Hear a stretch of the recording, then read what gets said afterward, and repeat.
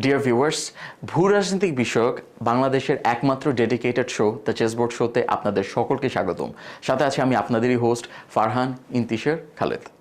মূলত বাংলাদেশ এবং বিশ্ব রাজনীতির পরিপ্রেক্ষিতে ভূ রাজনীতিতে কী ঘটে যাচ্ছে, কেন ঘটছে, কত দিন ধরে ঘটছে এবং ঠিক কী কারণে ঘটছে, এই সকল প্রশ্নের উত্তর আপনাদের সামনে সিস্টেম্যাটিকভাবে তুলে ধরা এবং একই সাথে এক্সপার্ট ভ্যালিডেটেড কিছু ডিসকাশন আপনাদের কাছে উপস্থাপন করার জন্য মূলত আমাদের শোটি গড়ে তোলা হয়েছে। আশা করি প্রত্যেকটা এপিসোড থেকে আপনারা সকলে কিছু না কিছু নিয়ে যেতে পারবেন এবং আমাদের যে সাবস্টেন্সটা রয়েছে ডিসকাশনের সেটা ডিরাইভ করে নিয়ে যেতে পারবেন।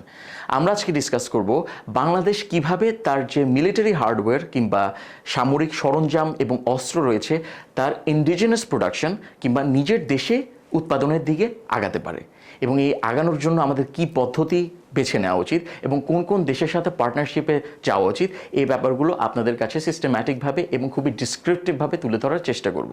এবং আমাদের আজকে যিনি গেস্ট আছেন তিনি এই ব্যাপারে অত্যন্ত প্রফেশনেন্ট এবং তার চরম এক্সপার্টিস রয়েছে। আমি আর কথা বাড়াবো না, মূল বিষয় কিংবা আলোচনায় যাওয়ার আগে এ ব্যাপারে ছোট্ট একটা ভিডিও দেখে আসি।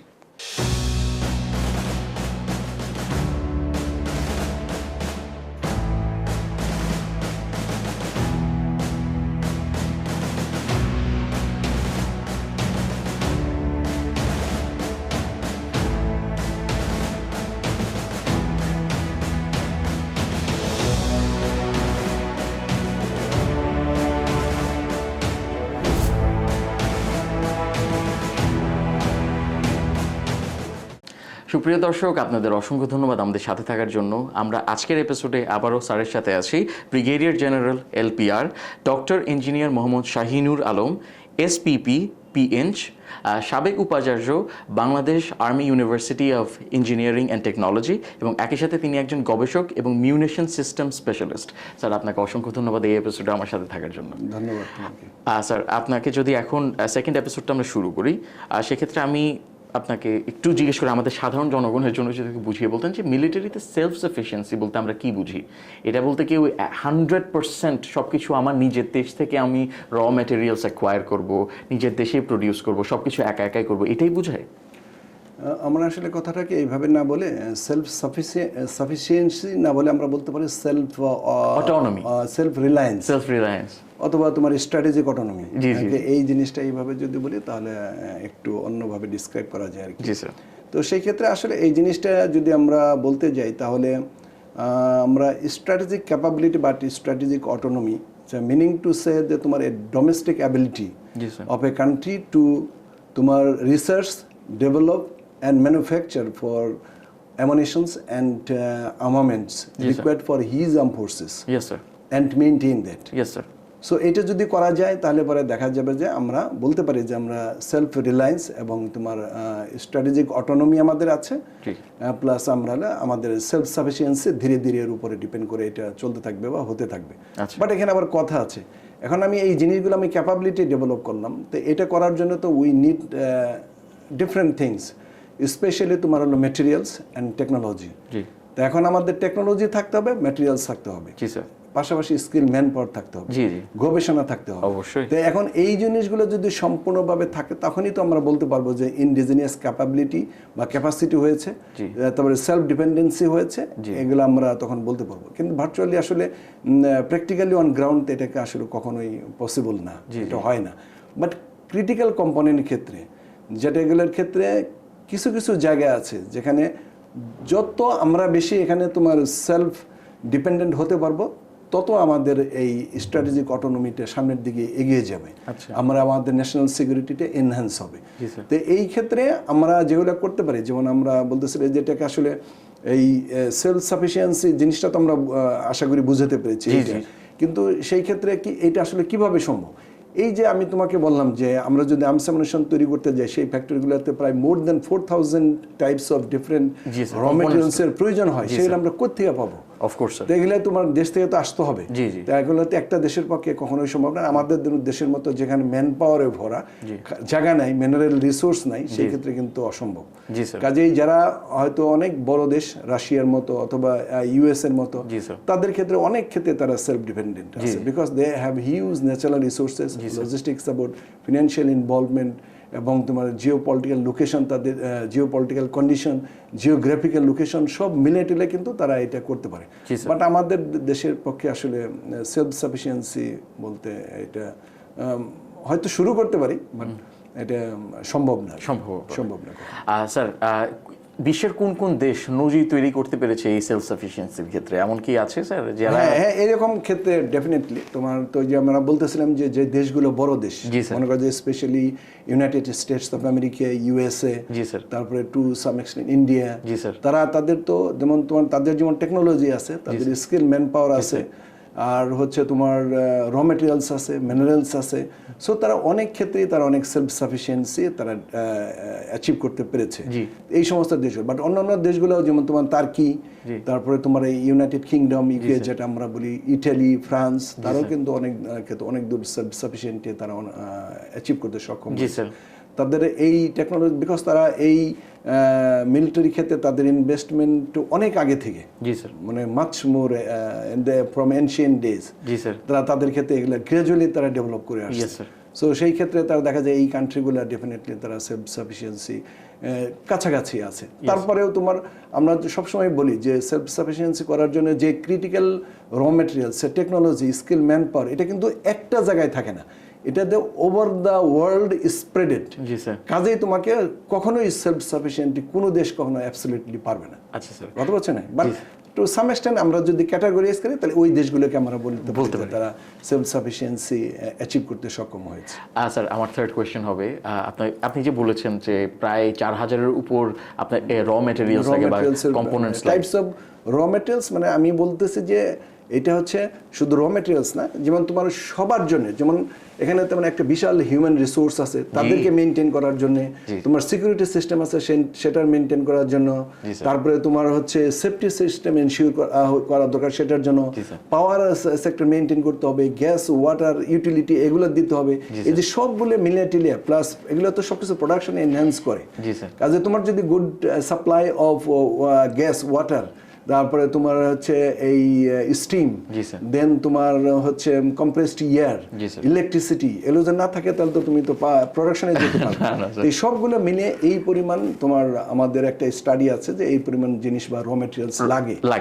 এর মধ্যে হয়তো ওই প্রোডাকশনের ক্ষেত্রে মেবি তোমার 150 or 200 types of different things may be required for that. আচ্ছা স্যার, প্রোডাকশনের ক্ষেত্রে যে কম্পোনেন্টসগুলো আছে, আপনার অ্যামিউনিশন, হার্ডওয়্যার, আপনার ভেহিকলস, এগুলো মিলিটারি ভেহিকলস, তো স্যার এগুলো প্রডিউস করার ক্ষেত্রে কোন কম্পোনেন্টগুলো বেশি ক্রিটিক্যাল, যেগুলো হচ্ছে গিয়ে স্যার আমরা বলে থাকতে পারি হয়তো প্রাইভেট সেক্টরেও সেটা যদি আসলে ইয়ে করতে যায়, প্রডিউস করতে যায়, যে এটা একটু কম্প্রোমাইজিং হয়ে যাবে ন্যাশনাল সিকিউরিটির জন্য, হয়তো অনেক দেশ এটা করতে চাইবে না। তো ক্রিটিক্যাল কম্পোনেন্টের ক্ষেত্রে নর্মালি তোমার যে জিনিসগুলো হয়, যেমন তোমার এখন তো অ্যাডভান্স টেকনোলজি। জি স্যার, টেকনোলজি কিন্তু আগের যে টেকনোলজি সেটা ম্যানুয়াল থেকে এটা তোমার অ্যাডভান্স লেভেলে চলে আসছে। জি স্যার।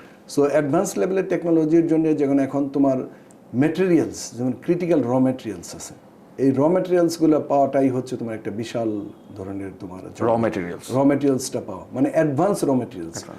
ঠিক আছে, সেগুলোর ক্ষেত্রে তোমার অ্যালয় জাতীয় ম্যাটেরিয়াল হতে পারে, তারপরে তোমার কম্পোজিট জাতীয় ম্যাটেরিয়াল হতে পারে, যে ম্যাটেরিয়ালগুলো তোমার ওই সমস্ত প্রিসিশন ওয়েপন তৈরি করতে লাগে।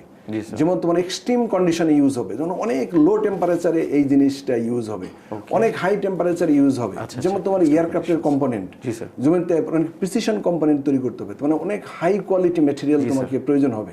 আবার ওয়েট টু তোমার পাওয়ার রেশিও একটা ব্যাপার আছে, তোমার ওজন যদি বেশি হয় তাহলে এয়ারক্রাফটে তুমি সেই ম্যাটেরিয়ালগুলো ইউজ করতে পারবে না, তাহলে তোমার ওয়েট কম থাকতে হবে, quality should be the highest standard quality তোমাকে ক্যারি করতে হবে ওই ম্যাটেরিয়ালগুলো।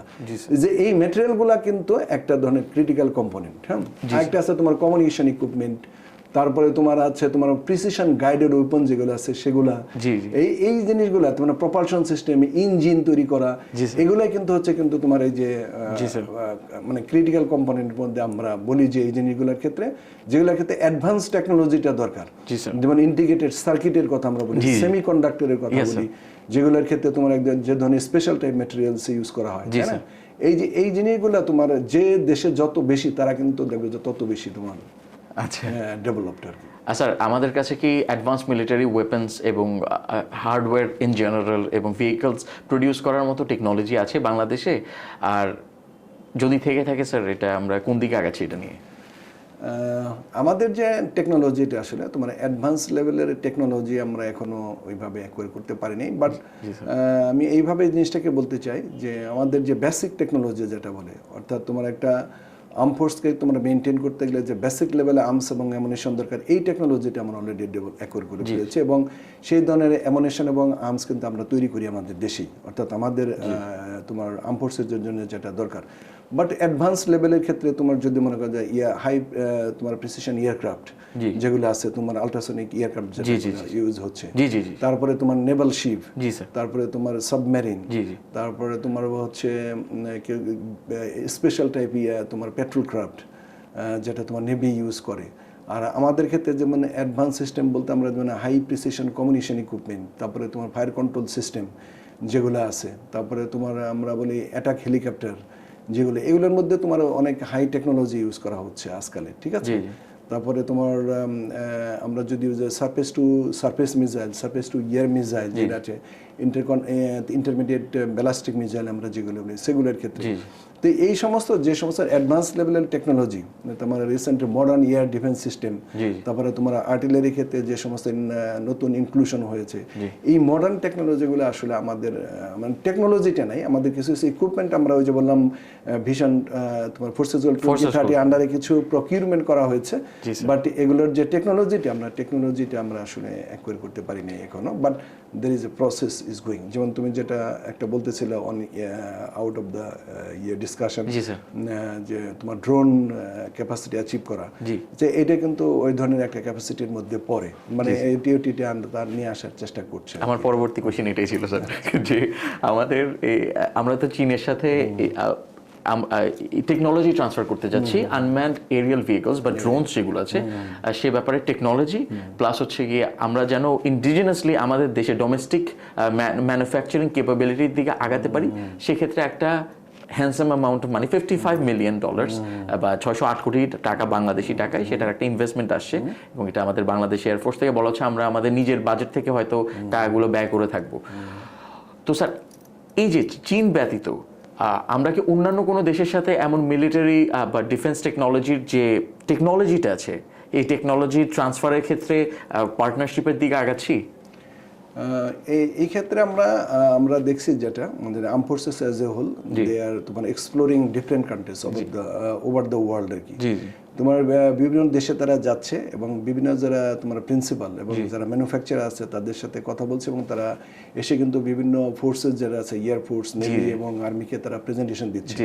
এবং ওই যে দিন শেষে যেটা আমরা বললাম যে because price is a matter, তো সেই ক্ষেত্রে দেখা যায় চায়নার ক্ষেত্রে প্রাইসিংটা অনেক কম হয়, বাট তারপরেও যে সিনিয়র লিডারশিপ অনেক সময় তোমার চিন্তা করে যে প্রাইসিং এর ক্ষেত্রে আমরা সবসময় কমে না গিয়ে কোয়ালিটিটা আমরা বেটার পাই, তাহলে সেই ক্ষেত্রে আমরা পার্সু করতে পারি কিনা। তো সেই পার্সপেক্টিভেও কিন্তু যেমন ইউএসএ থেকে তোমার অ্যাটাকিং হেলিকপ্টার তোমার অ্যাপাসি এটা সম্ভবত কেনার চেষ্টা করা হচ্ছে। সো এই ধরনের প্রচেষ্টাগুলো আছে, ঠিক আছে। তাহলে আমরা যখন তোমার এই হাই প্রিসিশন টেকনোলজির কথা বলতে যাব, তখন তোমার এই যে ইনভলভমেন্ট অফ ফিন্যান্স ইজ তোমার বিগ থিংস, ঠিক আছে। তো সেই ক্ষেত্রে দেখা যায় যে ড্রোন তো তোমার আজকালে মোটামুটি অনেক ইউজুয়াল হয়ে যাচ্ছে আস্তে আস্তে, but is very much effective.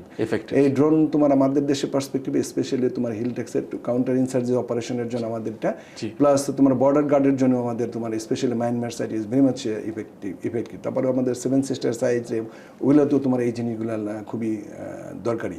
কাজে এই টেকনোলজিটাতে যেখান থেকে নিয়ে আসা তোমার ওই যে বললা 55 million it's very less amount of money going to the country because people are spending billions dollars.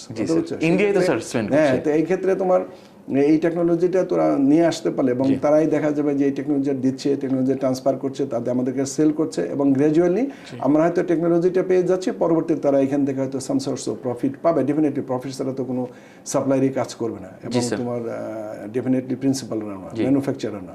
তো আমাদের কনটেক্সট আমরা দেখি চীন থেকে তোমার যে অন্য জায়গায় পার্সু করা যাবে না এরকম না, আছে। যেমন তুরস্ক is also very good partner of Bangladesh, তারা দে ক্যান অলসো তোমার provide the support, বাট দেখা যায় যে তোমার একটা উইন উইন সিচুয়েশন থাকে। তারপরে তোমার যারা আমরা যে দেশে যাচ্ছি তারা হাউ দে আর রেসপন্ডিং সেটাও কিন্তু একটা ব্যাপার। কত বছর তোমার মনে করে আজকে একটা তোমার, কারণ আমাদের তো একটা ফিনান্সিয়াল ইয়ারেই সবগুলো শেষ করতে হয়। যেমন একটা স্টেপ নিলাম, এটা যেমন একটা তোমার একটা প্রজেক্ট নিব, এই প্রজেক্টটা এই ইয়ারে তোমার কিছু টাকা পয়সা দেওয়া হয়েছে, আমি যদি না হয় টাকাটা ল্যাপস হয়ে যায় কিন্তু।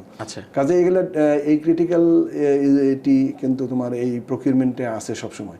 কাজে যেখান থেকে আমরা কুইকলি এটাকে ম্যাচিউর করা যায়, তাহলে সেই ক্ষেত্রে তোমার প্রাইসিং দেখা হয়, কোয়ালিটি অলসো দেখা হয়, দেখে যেখান থেকে তাড়াতাড়ি করা যায় সেখান থেকে করে। তো এই ক্ষেত্রে আমার মনে হয় চায়না ওয়াজ এ ভেরি গুড সিলেকশন।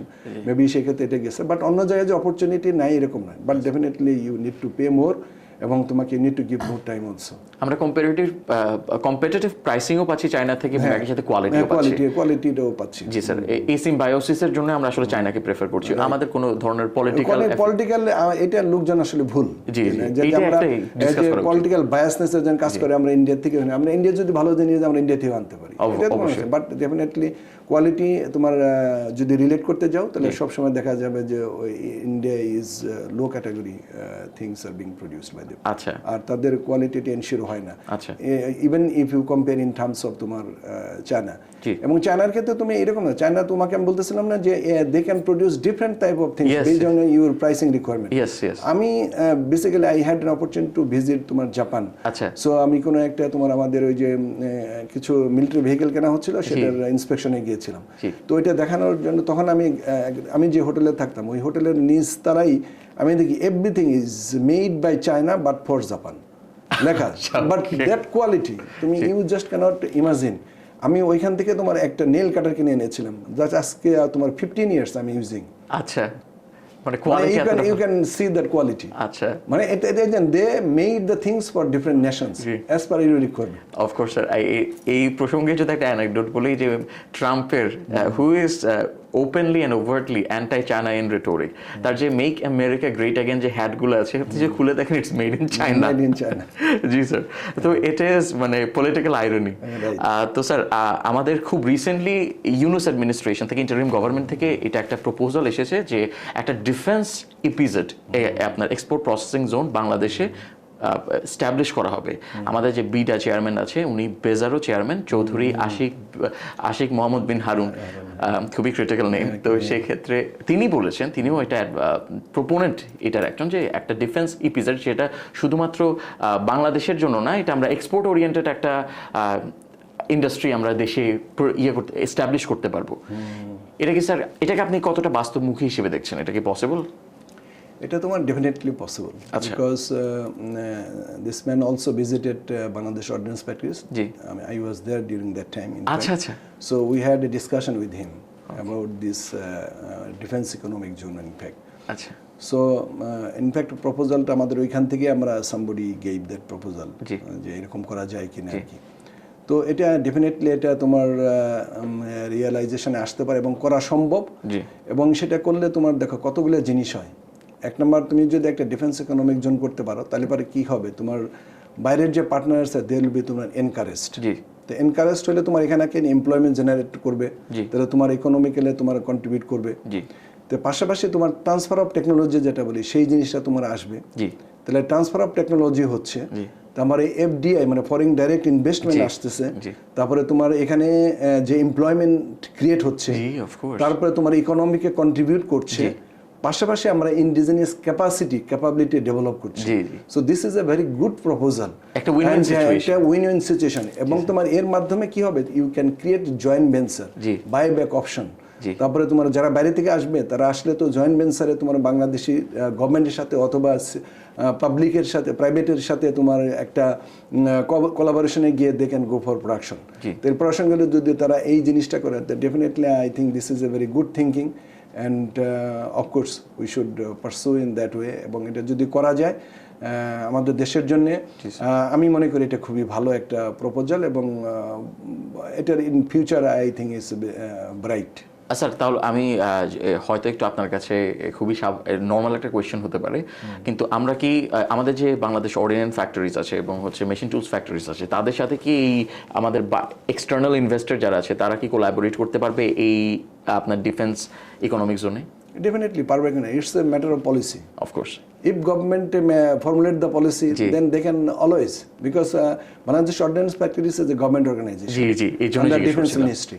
So তারা যদি এটা এই পলিসিটা ফর্মুলেট করে দেয় তাহলে ডেফিনেটলি করতে পারে। যেমন প্রেজেন্ট কন্ডিশনে যেমন বাংলাদেশের তো আর্মস অ্যামুনিশন এক্সপোর্ট করার ক্যাপাসিটি নাই, but recently I think develop হয়েছে, because we had been pursuing that one. আমরা পার্সু করছিলাম উইথ দ্য ডিফারেন্ট মিনিস্ট্রি। এখন পর্যন্ত হয়েছে কিনা আমি জানি না, বাট হয়ে যাওয়ার কথা।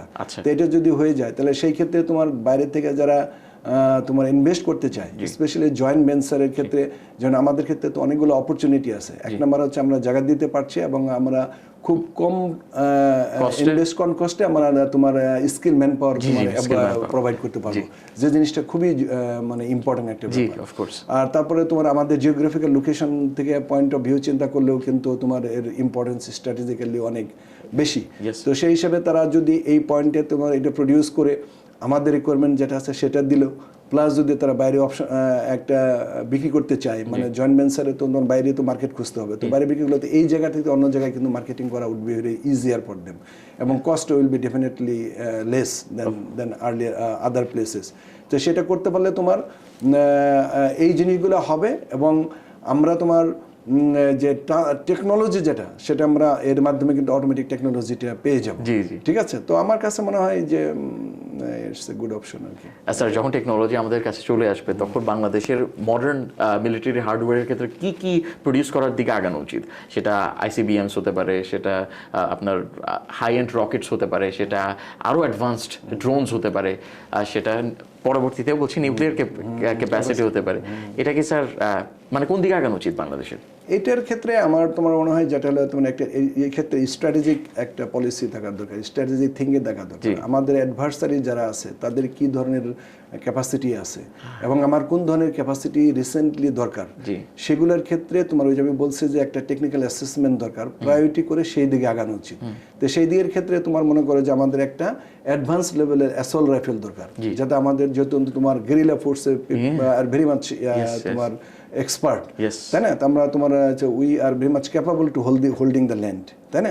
তো সেই ক্ষেত্রে তোমার যেমন অ্যাসল্ট রাইফেল যেটা আছে অ্যাডভান্স লেভেলের অ্যাসল্ট রাইফেলের তোমার ফ্যাক্টরি হতে পারে। তারপরে এইটার ক্ষেত্রে আমরা এন্টি ট্যাঙ্ক ওয়েপন যেটা আছে, মানে যেটা আমরা তোমার ট্যাঙ্ক বিধ্বংসী যেটা আমরা বলি আর কি, তারপরে সারফেস টু এয়ার মিসাইল এগুলো হতে পারে। তারপরে তোমার এই যে আর্টিলারি ক্ষেত্রে তোমার যে আর্টিলারি অ্যামুনিশন যেগুলো আছে 105 অ্যামুনিশন যেগুলো আছে, যেটা অলরেডি আমাদের ক্যাপাসিটিতে আছে, তো এগুলোর ক্ষেত্রে আরো কিছু উন্নত ধরনের অ্যামুনিশন অ্যাডভান্স লেভেলের আছে, সেগুলো করা যায়। বেস ব্লিড, তারপরে তোমার হলো এক্সটেন্ডেড আর্টিলারি সেগুলো বলা হয়, সেগুলো করা যেতে পারে। প্লাস পাশাপাশি তোমার যেমন আমি সারফেস টু এয়ার মিসাইলের কথা বলছি, এইটা যেমন আমাদের সাউদার্ন সাইডে can be very effective, so সেই ধরনের তোমার এইগুলো আসতে পারে। প্লাস তোমার যেটা ইফেক্টিভ এয়ার ডিফেন্স সিস্টেম আর্টিলারিতে তোমার জন্য যেটা দরকার সেটা হতে পারে। সো এই জিনিসগুলো তোমার ওইভাবে চিন্তা করে যেটা আমাদের ন্যাশনাল সিকিউরিটিকে এনহ্যান্স করবে, মানে আমাদের তোমার যেটা স্ট্র্যাটেজিক অটোনমিটাকে তোমার বাড়াবে, এবং যাতে যেখানে আমাদের একটা ইকোনমিক আমরা যে জিনিসটা বলি যে পাওয়ার ডাইনামিক্স, যেটা হচ্ছে স্টেবিলিটি আসবে power dynamics in the region. So এই ধরনের তোমার সাইটে যদি আমরা প্রথমে শুরু করি, আমরা মানে আস্তে আস্তে gradually we can go head আর কি। আমার এই সেট করলে আমার কাছে মনে হয় আমরা আস্তে আস্তে আমাদের যে এক্সপেক্টেড টার্গেট আছে সেখানে পৌঁছাতে পারবো আর কি। আচ্ছা, দর্শকদের উদ্দেশ্যে একটা কথা বলে রাখা উচিত, আমরা অবশ্যই একটা পিস লাভিং নেশন, এবং আমাদের ফরেন পলিসিতেই বলা হয়ে থাকে যে friendship towards all, malice towards নান। হাউএভার মিলিটারি প্র্যাগম্যাটিজমের দিক দিয়ে অবশ্যই একটি দেশের উচিত তার মিলিটারি হার্ডওয়্যার যেটা আছে, তার মিলিটারি টেকনোলজি যেটা আছে, এবং তার মিলিটারি ক্যাপাবিলিটিস অ্যান্ড ক্যাপাসিটিস যা আছে, তা অবশ্যই অ্যাডভান্সমেন্টের দিকে আগানো। কারণ at the end of the day we are living in a very realistic society, a very realistic political and military arena. তো সেক্ষেত্রে বাংলাদেশের মতো দেশ, যে দেশ সকল দেশের সাথে বন্ধুত্ব স্থাপন করতে চায়, তাদেরও উচিত তাদের মিলিটারি যে টেকনোলজি আছে সেটা প্র্যাগম্যাটিকভাবে অ্যাডভান্সমেন্টের দিকে এগিয়ে নিয়ে যাওয়া। স্যার, আমার আপনার কাছে লাস্ট কোয়েশ্চেন, যেটা হয়তো আমাদের অনেকেরই কোয়েশ্চেন থেকে থাকতে পারে, বাংলাদেশের আমরা সাউথ এশিয়ায় দেখেছি দুটো খুবই পাওয়ারফুল জাগারনটস আছে, ইন্ডিয়া এবং পাকিস্তান, এবং এই দুটো দেশেরই কিন্তু একটা খুবই সিগনিফিক্যান্ট অ্যাট্রিবিউট, সেটা হচ্ছে নিউক্লিয়ার ক্যাপাবিলিটিস, নিউক্লিয়ার ক্যাপাসিটিস।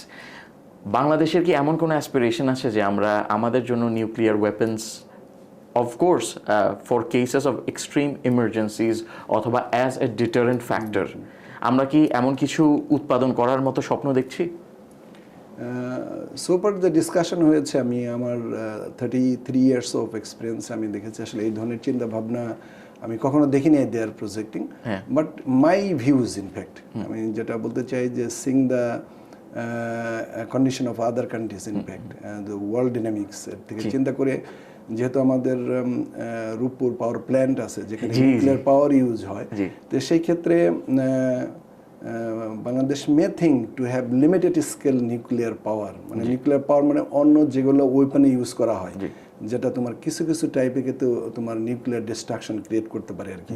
এই ধরনের যদি করে তাহলে পারে, বাট অ্যাট দ্য মোমেন্ট না হলেও ইন ফিউচার হয়তো একটু থিঙ্কিং এর মধ্যে থাকা উচিত two have some source of research and development on that, so that in future they can in fact integrate or include তোমার nuclear power capabilities to some open, যেখানে তোমার আমরা some source of destruction can be created, or thereby we can তোমার conserve power, and that will create as a deterrent for the other forces that are surrounding our adversaries in and around, as a deterrent সেই হিসাবে এটা আমি মনে করি এটাকে pursue করা উচিত, নট ইন দ্যাট স্কেল, যেটা not to be a nuclear power countries, but in that levels to have some source of nuclear weapon, যে আমাদের আছে এবং উই আর এ ডিটারেন্ট পাওয়ার।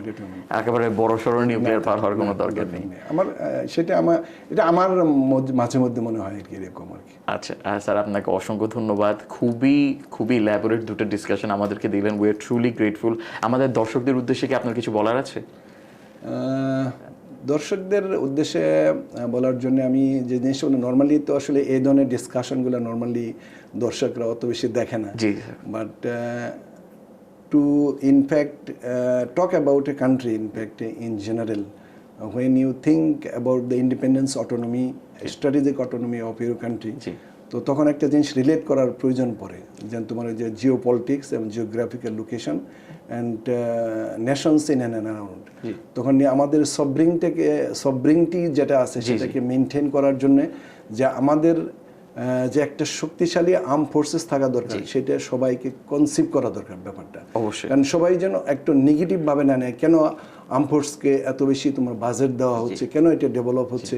দিন শেষে কিন্তু এরকমই আসবে যে ওরা একটা 105 তোমার শেল ছুটতে পারলো, তোমরা কেন একটা 60 মিলিমিটার তোমার ছাড়তে পারলে না, মর্টারের শেল ছাড়তে পারলো না। এই কথাটা কিন্তু পাবলিকই হয়তো বলবে। তো সেই পার্সপেক্টিভ আমরা তাদের বলবো যে to think about that we should have এ তোমার স্ট্রং তোমার defence forces within hour means, of course, not that can based on our capability and financial involvement এর ক্ষেত্রে gradually we should go ahead, এবং সেই ক্ষেত্রে public support, public perception is very important. তো আমি যে জিনিসটা বলতে চাই যে they should have a positive perception about this, not that is huge force তো আর এগুলো টাকা পয়সা নিয়ে বাড়ি চলে যাচ্ছে, ইটস অল ফর কান্ট্রি। আমি এই জিনিস পার্সপেক্টিভ আরেকটা জিনিস তোমাকে বলতে চাই, সেটা হচ্ছে যেমন আমি 33 ইয়ার সার্ভিস করেছি, আমি আমার গোল্ডেন এজ স্পেন্ড করেছি এই আর্মির জন্য, অর্থাৎ দিস ইজ এ তোমার dedication to the Nations, of course, এবং তোমার কন্ট্রিবিউশন টু দ্য নেশন। মনে বলে তুমি 33 বছর চাকরি করে কি করলা তাহলে? I didn't fight a war, but I had a power to conserve. Other countries always use to think should I invent, এটা কখনো কিন্তু তোমার সেটা করা সম্ভব না, তাই না, আমাদের দেশে। তো সেই হিসাবে আর্মিতে যারা থাকে, আর্মির সোলজার থেকে শুরু করে অফিসার সবাই, এবং ডিফেন্স ফোর্সে বলতে অ্যাজ এ হোল তোমার কিন্তু দে কন্ট্রিবিউট হিউজ, অর্থাৎ they spend their golden time in that particular forces.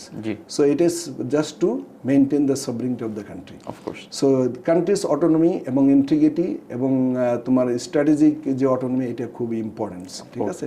So যে কোনোভাবে আমরা আমাদের ইন্ডিপেন্ডেন্স যেটা, এটাকে আমরা ইনশিওর করার জন্য আমাদের যে একটা স্ট্রং তোমার ডিফেন্স ফোর্স থাকা দরকার, এটা সবাইকে কনসিভ করা দরকার। তো দর্শকদের বলবো এটাকে পজিটিভলি থিঙ্ক করার জন্য, সো দ্যাট এই ক্ষেত্রে যে ইমপ্রুভমেন্টগুলো বা ডেভেলপমেন্টগুলো হয় সেই ক্ষেত্রে তোমার এনহ্যান্স করার জন্য তাদের তোমার যে কোনোভাবে যে কোনো ধরনের ইনিশিয়েটিভ দিয়ে আর কি। আচ্ছা স্যার, তো ধন্যবাদ তোমাকে, আমাকে এই অনুষ্ঠানে ইনফ্যাক্ট আমন্ত্রণ জানানোর জন্য। ধন্যবাদ তোমার কর্তৃপক্ষকে এবং দর্শকদের অনেক ধন্যবাদ কষ্ট করে আমাদের এই বক্তব্য শোনার জন্য। জি sir. Sir, we thank you for your service in the army. We are extremely proud of your contribution. Sir, আপনাকে অনেক ধন্যবাদ আমাদের সাথে থাকার জন্য এবং আমাদেরকে এতটা এনলাইটেন করার জন্য। ধন্যবাদ তোমাকে। তো সুপ্রিয় দর্শক, আপনারা তো শুনেছেনই একটা দেশের সেফটি, সিকিউরিটি এবং সভারেনিটিকে প্রিজার্ভ করার জন্য, কনজার্ভ করার জন্য এবং সামনের দিকে এগিয়ে নেওয়ার জন্য একটা স্ট্রং মিলিটারি পাওয়ার কতটুকু প্রয়োজন। আমাদের যে ডিফেন্সিভ হতে হবে তা কিন্তু, অফেন্সিভ হতে হবে তা কিন্তু নয়, কিন্তু একটা ডিফেন্সিভ ক্যাপাবিলিটি এবং মডার্ন ডিফেন্সিভ ক্যাপাবিলিটি একটা দেশের যেন থাকে, সেটা আমাদের অবশ্যই ইনশিওর করতে হবে। এবং আমাদের আর্মি সম্পর্কে যে একটা মিসকনসেপশন অনেকের মধ্যে থেকে থাকে, সেটা দূরীকরণের জন্য আমাদের নিজেদেরই একটু রেসপন্সিবলি আমাদের আশেপাশের মানুষদের সাথে কনভারসেশন আগাতে হবে। আমি আশা করব আমাদের আজকের যে ডিসকাশনটা ছিল আপনাদের অনেক ভালো লেগেছে, খুবই ইনফরমেটিভ ছিল, এলাবোরেট ছিল এবং অফকোর্স এনলাইটনিং ছিল। আপনাদের যদি আসলে আমাদের এপিসোডগুলো ভালো লেগে থাকে এবং আজকের এপিসোড ইন পার্টিকুলার ভালো লেগে থাকে, অবশ্যই কমেন্ট করে জানাবেন আমাদের ফেসবুক এবং ইউটিউব পেজে আপলোডেড ভিডিও থেকে, এবং সেখান থেকে আমরা বুঝতে পারবো আপনারা কি চান, কেমন ডিসকাশনস দেখতে চান এবং পরবর্তীতে কি ডিসকাশন আনলে আপনারা প্রীত হবেন। Your show, you make the decision. Thank you so much.